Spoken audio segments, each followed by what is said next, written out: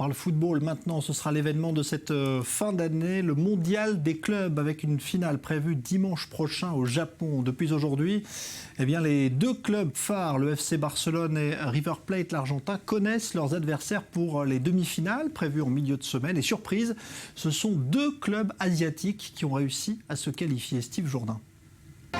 Les choses sérieuses peuvent commencer. Avec deux représentants en demi, le mondial des clubs penche franchement à l'est. Portés par un public chauffé à blanc, les Japonais d'Hiroshima n'ont fait qu'une bouchée du tout-puissant Mazembe. Dès les premières minutes, les Japonais attaquent fort. Mais il faudra attendre la 43e minute pour que le match s'ouvre enfin. 1-0 à la mi-temps, le match n'a pas encore livré son verdict. Mais les Japonais reviennent sur la pelouse toujours aussi déterminés. Nouveau corner, deuxième but. Les Japonais sont plus grands que leur adversaire ce soir. Trop maladroits, les joueurs de Patrice Carteron sont dépassés. Malgré de bonnes séquences comme ici, sur cette retournée manquée d'Assalé. Hiroshima enfonce le clou 20 minutes plus tard. Sur une contre-attaque éclair, c'est une nouvelle tête qui vient crucifier le champion d'Afrique. Prochain match des Japonais, ce sera mercredi contre River Plate. Dans l'autre quart, les choses ont été plus longues à se dessiner.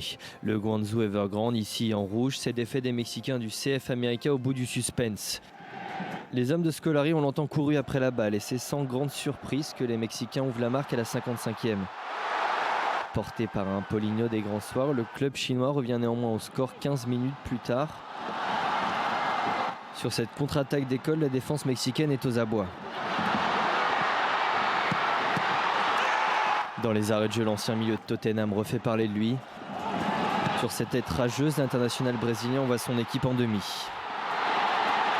Face au Barça, le champion d'Asie aura néanmoins fort à faire. Favori de la compétition, les Catalans entendent bien conclure une première partie de saison de rêve et succéder dans cette compétition au grand rival madrilène. Voilà, demi-finale mercredi et jeudi.